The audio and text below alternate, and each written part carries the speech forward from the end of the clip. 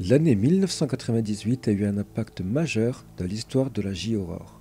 Entre le film Ringu signé Hideo Nakata, que vous connaissez sans doute grâce à son remake américain Le Cercle, mettant en scène un esprit vengeur nommé Sadako, il y avait surtout l'anthologie Gakko no Kaidanji, une compilation de plusieurs courts-métrages horrifiques racontant des histoires de fantômes dans une école.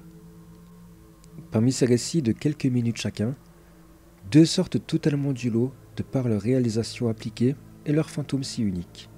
Deux petites histoires qui étaient sur le point de signer l'une des franchises du cinéma japonais les plus lucratives de l'histoire.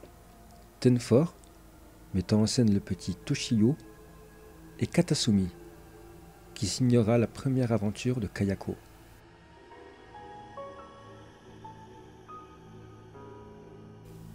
Takashi Shimizu, qui a réalisé ces deux histoires, est approché par le studio Toei pour regrouper ses créations en un long métrage, Ju-On The Curse et Ju-On The Curse Ni, qui sortent directement en vidéo en 2000, alors que les 3 et 4e opus de la saga sont adaptés pour le cinéma international 3 ans plus tard, en tant que Ju-On The Grudge et Ju-On The Grudge Ni, toujours réalisé par Shimizu.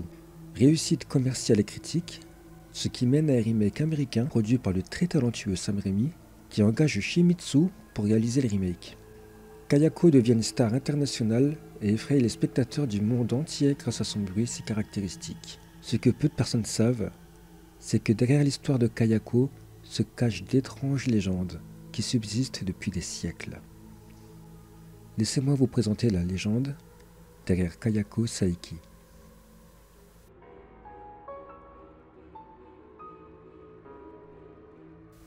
Il existe énormément d'esprits dans la culture nippone, comme les yokai, qui sont des démons et des esprits malfaisants, les onryo, qui sont des divinités supposées exerçant une vengeance pour réparer des torts, ou encore les yurei, qui sont morts avec une émotion puissante leur empêchant de quitter ce monde. Kayako est un mélange entre une onryo et une yurei. Dans le folklore japonais, lorsqu'une personne meurt avec une émotion intense, que ce soit de la colère, de la tristesse ou même du regret, son esprit ne peut pas rejoindre l'au-delà et erre alors sur terre, pouvant maudire un objet ou un lieu. C'est sur cette base que part Kayako, d'après la légende d'Oiwa.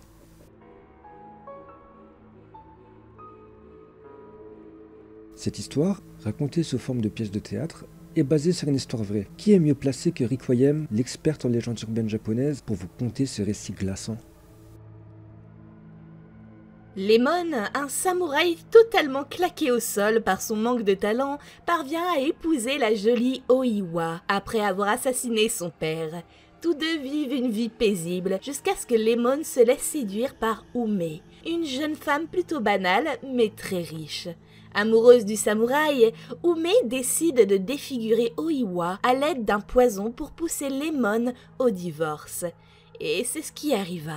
Lemon, dégoûté par le physique de sa femme, souhaite divorcer, mais il ne trouve pas de prétexte, car « ma femme est moche » n'est pas un argument pouvant mener à un divorce. Il prépare un subterfuge et demande à un de ses amis d'abuser d'Oiwa, le but étant de l'accuser d'infidélité, ce qui lui donnera une raison honorable pour demander le divorce. Mais cet ami refuse et montre simplement à Oiwa son reflet dans le miroir. Elle devient hystérique, ramasse une épée, se dirige vers la porte et se perfore accidentellement la gorge avec la pointe de l'épée. Après sa mort, Oiwa revient hanter son mari pour assouvir sa vengeance, jusqu'à ce que Lemon tue sa nouvelle épouse et se fasse assassiner à son tour par le frère d'Oiwa.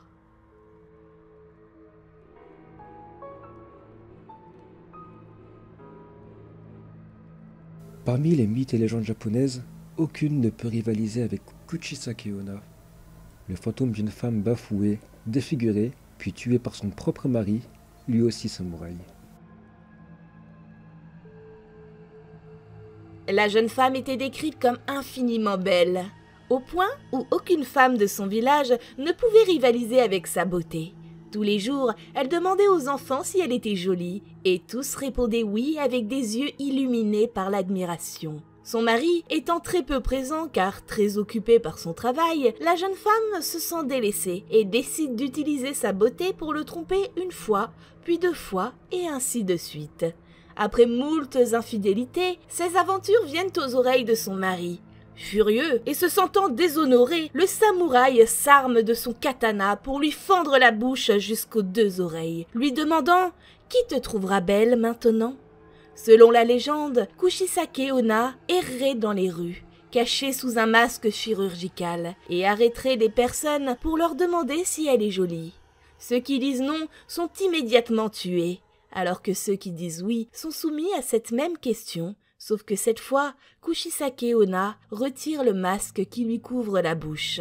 Si la personne interrogée répond oui, soit Kushisake Onna lui taillade le visage, soit elle le suit jusqu'à son domicile et le tue là-bas.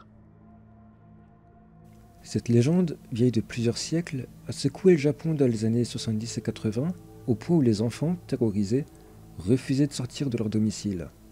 Tout commence lors d'un article dans le journal Gifu Nichi Shimbun au début de l'année 1979, parlant d'une étrange femme qui se tenait debout dans un coin de son jardin pendant plusieurs heures dans le patelin de Yatsuo.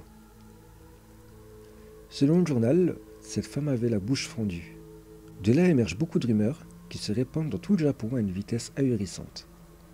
Elle portait un manteau rouge, était armée d'une faucille et pouvait courir les 100 mètres en 6 secondes. Au fil des mois, les rumeurs se sont apaisées. Le personnage, lui, est resté dans la mémoire collective sous la forme d'un spectre jusqu'en juin 1979. La police reçoit l'appel d'un homme terrorisé qui leur demandait d'intervenir avant que Kushisake Onna ne le tue. Bien que perplexes, les policiers décident d'intervenir. Une fois sur place, c'est avec effroi qu'ils se retrouvent face à une femme de 25 ans, aux longs cheveux noirs et à la bouche fendue, armée d'un long couteau de cuisine ensanglanté.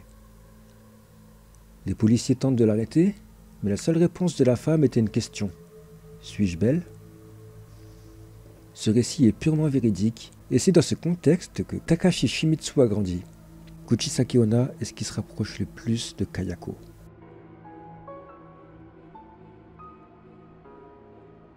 Takeo Saeki, le mari de Kayako, est fou de rage en apprenant que sa femme est amoureuse d'un autre homme.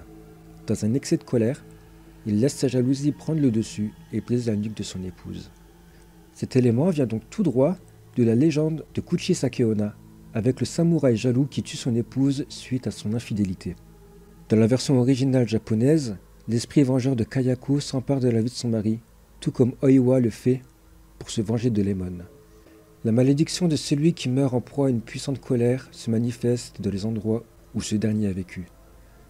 Ceux qui y sont confrontés meurent et la malédiction se perpétue.